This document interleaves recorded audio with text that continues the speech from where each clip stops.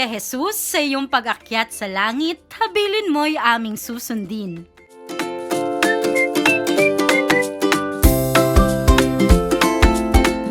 Ang mabuting balita ng Panginoon ayon kay San Mateo. Noong panahong iyon, ang 11 alagad ay nagpunta sa Galilea, sa bundok na itinuro sa kanila ni Jesus. Nang makita nila si Jesus, siya'y sinamba nila, bagamat may ilang nag-alinlangan. Lumapit si Jesus at sinabi sa kanila, "Ibinigay na sa akin ang lahat ng kapangyarihan sa langit at sa lupa. Kaya humayo kayo at gawin ninyong alagad ko ang lahat ng bansa. Binyagan niyo sila sa ngalan ng Ama at ng Anak at ng Espiritu Santo, at turuang sumunod sa lahat ng ipinag-uutos ko sa inyo. Tandaan ninyo, ako'y laging kasama ninyo hanggang sa katapusan ng sanlibutan."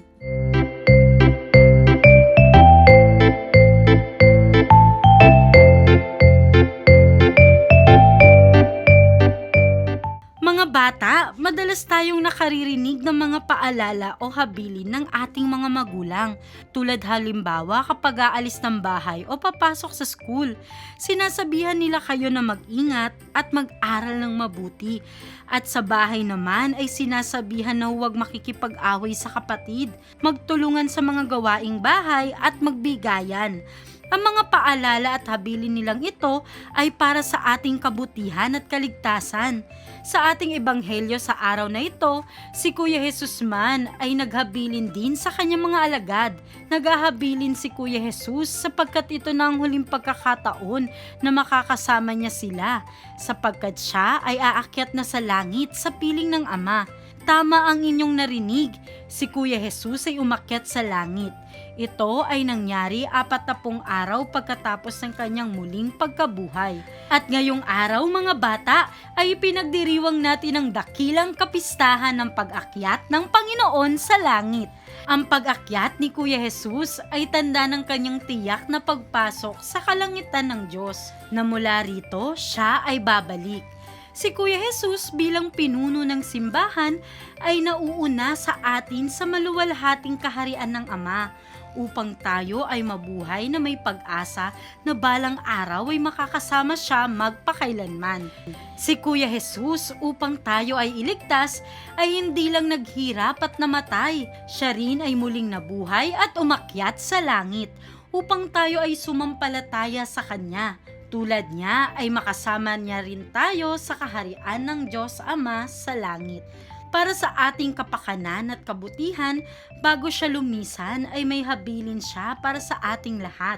Sinabi niya, "Humayo kayo, gawin ninyong alagad ang lahat." Ito ay tawag ng pagpapahayag ng mabuting balita sa lahat ng tao. Isang tawag hindi lamang para sa mga pari, katekista at relihiyoso, kundi sa lahat ng binyagang Katoliko. Bilang mga batang alagad ni Kristo, tayo ay may mahalagang papel rin sa pagpapalaganap ng mabuting balita.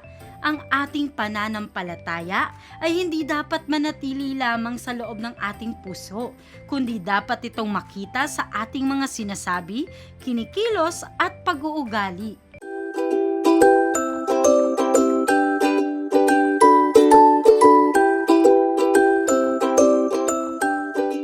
Ngayon, bilang mga batang alagad ni Jesus, tayo ay hinahamon na sundin ang kanyang habilin na ipalaganap ang mabuting balita sa tahanan, paaralan, kapitbahay at sa lahat ng bata.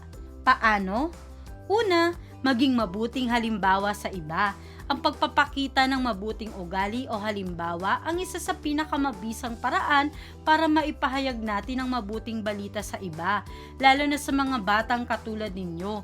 Ang mga pang-aaway, pandaraya, pagiging madamot at katamaran ay mga ugali na hindi dapat tularan. Sa halip, maging halimbawa tayo ng pagpapatawad, ang palagiang pagdarasal at pagtulong sa gawaing bahay at paggalang sa kapwa. At ikalawa, magdasal. Ang pagdarasal araw-araw ay pagpapakita ng ating paniniwala na si Kuya Jesus ay nasa langit na upang tayo ay samahan at gabayan niya sa lahat ng oras at saan man tayo naroroon. Gaya ng sinabi niya, Tandaan ninyo, ako'y laging kasama ninyo hanggang sa katapusan ng sanlibutan. Pwede kang magdasal na mag-isa ng tahimik o may kasama, sa bahay man o sa simbahan. Ipagdasal natin hindi lang ang mga para sa sariling pangangailangan, kundi para rin sa kabutihan at kaligtasan ng lahat ng tao.